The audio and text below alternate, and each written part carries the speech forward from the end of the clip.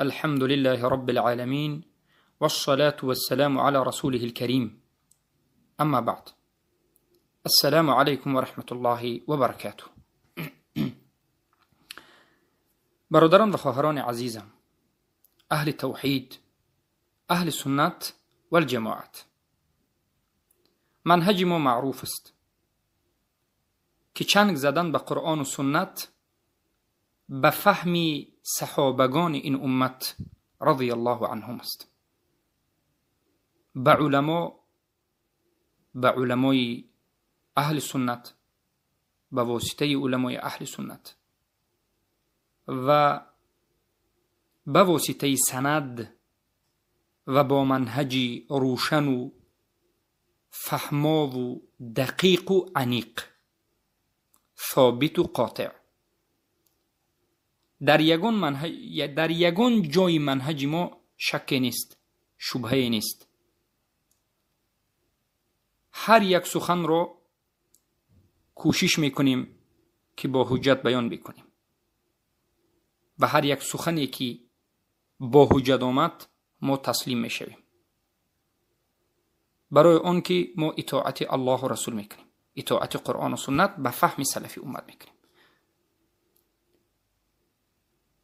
چندین سال است که بین اهل سنت و الجماعت و بین اهل بدعت، تا اونجایی که خودم با خبرم، سبحان الله، مناقشه های شدید می رود. البته از زمانی که رسول الله صلی الله علیه و سلم آمدند، این مناقشه با مشرکین، با منافقین شروع شده بود و این زمان هم هست، برای که الله سبحانه و تعالی خودش خبر داده است و این از سنت الله است سبحانه و تعالی. و جعلنا لكل نبی عدوا شیاطین الانس والجن، به هر یک نبی شیطان از جن و انس وجود دارد، به هر یک عالم در رو برویش شیطان انسی جنی وجود دارد. همیشه حق و باطل به همدیگر می جنگد و الله به همین واسطه اهل حق را می سنجد و اهل باطل را می سنجد که آیا اهل باطل به حق می گردند و آیا اهل حق در حقشان ثابت می مانند، آیا به خاطر الله هست یا نیست و غیره. ما چندین سالها پیش می گفتیم به همه برادران و خواهران که حزب نهضت اسلامی تاجیکستان این یک حزب خائنی است، این یک حزبی که مخالف قرآن و سنت است، حزب دموکراتی است، قرآن و سنت را نمی خواهد و در اون زمان به نهایت رابطه شدیدی با رافضه ها دارد و عیناً همین سخنها را و بحث های شدید در بین ما و بسیار انسان ها می شد. حتی برادرهایی که خودشون را از اهل اصلاح می دانستند به این فکر راضی نبودند، از سبب جهل، از سبب بی‌علمی و از سبب شبهاتی که اهل بدعت دارد به این عقیده باطل چنگ زده بودند. اما امروز می بینیم که الله سبحانه و تعالی اینها را روز به روز آشکار می کند و فاش می کند. سبحان الله، 2 روز قبل رئیس حزب نهضت اسلامی تاجیکستان محی الدین کبیری در یک برآمد سخن داشت و این مخبر سوالش میکند نسبتی دولتداری او یا که آینده دولتش رو چگونه میکند، چرا در نام حزبش اسلام است و غیره. ببینید که چی جواب میدهد. Партия называется партия исламского возрождения. Если вы придете к власти, куда вы поведете страну? То, что мы выбрали это название, исламская партия, тогда еще в начале 90-х годов было модно. Там по всему миру, исламскому миру появились исламские партии, движения, исламские банки. У нас было такое решение. سبحان الله، ببینید براءتش را اعلام میکند و میگوید که در اون زمانهای 90 اسلام گذاری به هر یک چیز این یک ماده بود میگد، نه این همچون به خاطر دین میگد، این یک ماده است. حزب نهضت اسلامی اسلام میگد همچون یک شریعت، نظام، عقیده، این چنین نیست، همچون یک ماده ما گرفته بودیم که این کفر است و این کفر اکبر است. پس فریفته شدگان نهضت، طرفداران نهضت، لشکران نهضت عاقلان و جاهلان فرق ندارد. خواهران و برادران، ای طالب علمان گمراه گشته، ای کسانی که روی خاطر میکنید و نهضت پرست هستید، مگر کر هستید که این سخنهایش را نمیبینید، گوش نمیکنید؟ یا کور هستید که در برنامهشون به چشمتون نمیبینید؟ مگر شما به خاطر اسلام این حزب را دفاع نمیکردید؟ مگر به خاطر اسلام لشکر نبودید؟ و این راهبری شما چی میگوید؟ ببینید. Еще 10 лет тому назад, когда мы еще были легальной партией, менять название партии. Но потом все-таки решили, что это уже история. Нас приняли так, каким мы есть. Мы демократическая партия, по сути, с исламским названием. Международный... ما میگوید دموکراتیسکی партия یک حزب دموکراتی هستیم، حزب اسلامی دموکراتی. دموکرات خودش یک شرک است، هم در ربوبیت، هم در الوهیت، هم در اسما و صفات، هم ضد ایمان، ضد اسلام، ضد شهادتین است. چگونه میشد است که با اسلام در یک جا جمع بشد؟ ما به خاطر همین شما را این کار میکردیم، به خاطر همین شما را بیم میدادیم که احتیاط باشید که دینی نوی میسازید. ما به خاطر همین میترسیدیم که یک روز میشود که شما یک دین میسازید که نام دینتون اسلام دموکراتیه یا دموکراتی اسلام میشود.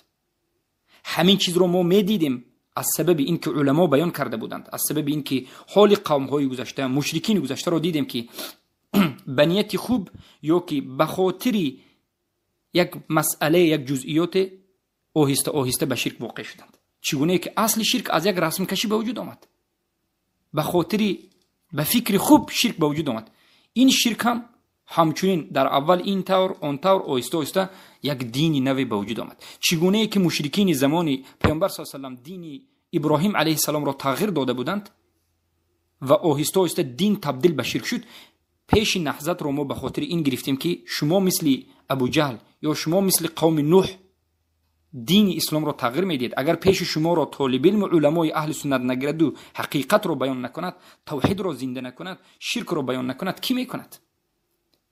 اگر ما خاموش بیستیم، شما برعلا گفته ایستادید که پارتی اسلامی دموکراتی اسلامی، این چی نامعقولی و این چی شرک و این چی باطلگویی و این چی خیانت بر امت اسلام. سبحان الله. از همین جهت چندین صحبت ها کردیم در اینترنت ها، در همه جا وجود دارد که پرهیز کنید، از یک کوچکترین بدعت هم پرهیز بکنید. این کوچکترین بدعت نیست، این شرک است، این کفر است. مغرور نشوید.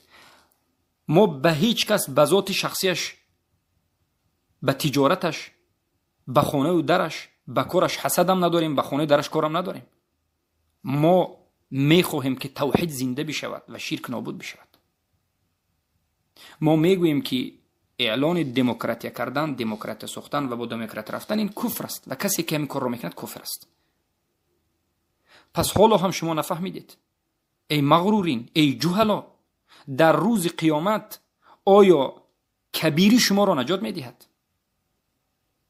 والله بالله تالله این سخنهای من به شما حجت است که در روز قیامت الله شاهد باش که من رسانیدم که در روز قیامت هیچ کسی از تو ای پیروانی اهل بدعت و اهل شرک گفته نمیتونی که من نفهمیدم و حجت و عذری نداری.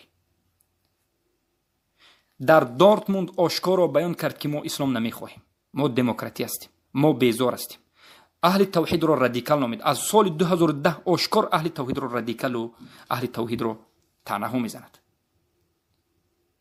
این طعنه هاش به رسول و به دین میرود، به صحابگان رادیکال میگوید. توحید رو رادیکال گفتن صحابه ها رضی الله عنهم رو گفتن است. بعد از این نوروز رو جشن گرفت و فتوای حلالش را داد که طالب علم های گمراه گشته که الله خارشون بکند، شب و روز دعا میکنیم که الله خارشون کنند، نابود کند، فتوا دادند، راضی شدند، انکار نکردند، سکوت کردند. سکوتشون علامت رضایشون بود. سبحان الله. امروز آمد در 28 ایونی سال 2019 آشکار میگوید که برای این اسلام در نام نهضت اسلام هست که اسلام رو برای این یک ماده، ما اسلام رو همچنین یک دین قبول نکردیم، ماده است. ما چندین بار خواستیم که این رو نابود بکنیم، دیدیم که مردم ما رو همچنین قبول کردن. آخر همتون نام بمونه، یک نام خشک خالی. اما گفت ما دموکراتیا میخوایم. دموکراتیا مگرم حلال کردنی حرام الله به مانندی شراب و به مانندی زنا و به مانندی لیواته و به مانندی سبحان الله دیگر محرمات الله نیست؟ از همه بزرگش حلال کردن شرک، حلال کردن جنگیدن به الله، جرأت شجاعت به ضد الله دادن، مگر دموکراتی همین نیست؟ دموکراتی مگر رد دین و رد انبیا و رد احکام الله نیست؟ سبحان الله، مگر این کفر نیست؟ شما یک طالب علم اهل سنت را به یک خطاگی کرده اش چقدر بد میبینید و ردش میکنید اگر خطا کرده باشد، یا که از سبب جهلت و نادانیت یک طالب علم اهل سنت را سخنش را نفهمیده ترکش میکنی. اما یک انسانی که گشته و برگشته در مدت یک سال 1000 بار کفر را اعلان میکنه، چرا براعت اعلان نمیکنی؟ این دلالت میکند که توحید نداری، این دلالت میکند که تو مخلص الله و رسولش نیستی، صادق نیستی. اگر صادق میبودی والله براعتت را اعلان میکردی. بعد از این که این سخنهای کفریش رو گفت، دیدی در یوتیوب و در همه جا وجود دارد، شب روز اعلان میکند اگر براعت را اعلان نکنی اسلامت صحیح نیست، ایمانت صحیح نیست، کلمه لا اله الا الله صحیح نیست، اصل ایمانت صحیح نیست. اصل ایمان این براعت است از شرک و مشرکین. سوره تحریم آیه 4 چی میگه؟ ما فقط از شرک دور نشویم بلکه از مشرکین هم دور بشویم. سبحان الله، اسلام معناش همین است، تسلیم شدن به توحیدهای الله، اطاعت کردن الله، پابرجا بودن در اطاعت و عبادت و حکم الله و براعت نمودن و بیزاری جستن از شرک و مشرکین. از شرک و مشرکین باید تو وظیفه داری که براعت اعلام بکنی، به توحید بازگردی. والله وگرنه ایمان و اسلامت در خطر است. Сообщество нас так принял, Европа нас так признает, власть нас признает. Почему нет? Если мы, по сути, демократическая партия, как, например, христиан-демократическая партия в Европе. Поэтому не было тогда необходимости менять название партии. А сейчас такая необходимость, наверное, уже есть, и вопрос опять рассматривается. Но ваш вопрос, куда мы ведем? Да, страну? то есть, может быть, назовите какую-то страну, которая может для вас быть моделью. Я не знаю, Турция, Иран, Пакистан. Раньше, когда меня этот вопрос задавали, я всегда говорю, что, возможно, Турция может быть такой же моделью. При Эрдогане 10 лет тому назад, например. Еще, может быть, малазийский опыт пригодится. Но сейчас я более осторожно отвечаю на этот вопрос, потому что то, что происходит в Турции, это уже не модель или пример для подражания. Я думаю, что у нас должен быть свой пример. Оно где-то ближе к опыту европейских государств, в том числе некоторые моменты из Турции, Малайзии и так далее. Но самое главное, что это должно быть демократическое государство, светское государство. И религия, она должна иметь такой же статус, как, скажем, в Европе. Христианство в Европе или, скажем, в Индии. Все основные религии Индии, они очень толерантно сосуществуют. Жизнь в Европе меняет, влияет? پس ببینید این سخنها رو ببینید و گوش بکنید و به معنایش درک بکنید و از علما همین سخنشو رو سوال بکنید، ببینید که این چی است. مگر همین براعت کردن از اسلام نیست؟ مگر همین کفر و شرک نیست؟ پس حکمهای الله و رسولش کجا شد؟ شریعت اسلام کجا شد؟ این همه مردم مسلمان ها را فریب دادن کجا شد که در آخر دولت را اروپایی بکند؟ دولت را میگه اروپایی میکنیم، مثل اروپا که یعنی آزادی است، همه آزاد است، لیواتی و مردبازها آزاد است، زیناها آزاد است، تمام محرمات آزاد است، بسک خانه دارشوی آزاد است، مسجد هم آزاد است. دیگر بعضی از یعنی مسائل رو میگه شاید از ترکیه و از دیگرش بگیریم، همش از هم دیگرش بدتر است. ما میدونستیم که عاقبت این عقیده باطل همین است، برای اون که عقیده اینا از همون اولش غلط بود. از همین جهت بار دیگر به شما میگویم که اولا طالب علمان اهل سنت و الجماعت، ساکت نباشید و توحید را رسانید. روی خاطر نکنید که الله سبحانه و تعالی البته به شما روز ملاقات میکند و در نزد الله جواب خواهید داد. دوما اگر صحبت کرده نتوانید، به اهل توحید چنگ نزنید، به اهل توحید سنگ نزنید، به اهل توحید هجوم نکنید. شما به اهل شرک و به اهل کفر که هجوم کرده و سنت رو، قرآن رو دفاع کرده نمیتوانید، به اهل توحید چنگ نزنید. فتوای محمد بن عبدالوهاب و علمای نجد رو باید بیارید که میگویند هر کسی که از نام طاغوت، از طرف طاغوت مجادله میکند، اونها رو، طاغوت رو دفاع میکند و به اهل توحید میجنگد، این مرتد است. یعنی به اهل توحید مجادله میکند، اهل توحید رو ناحق میگوید، این است و آن است، به اهل توحید طعنه میزند و اما طرف طاغوت رو طرفگیری میکند، این مرتد میشود. احتیاط باشیم که به همین طایفه وارد نشویم، از همین طایفه نباشیم. و برادران و خواهرانی که اهل یعنی علم نیستند و طالب علم نیستند، به هر یک فریفته شدگان پیروی نکنند.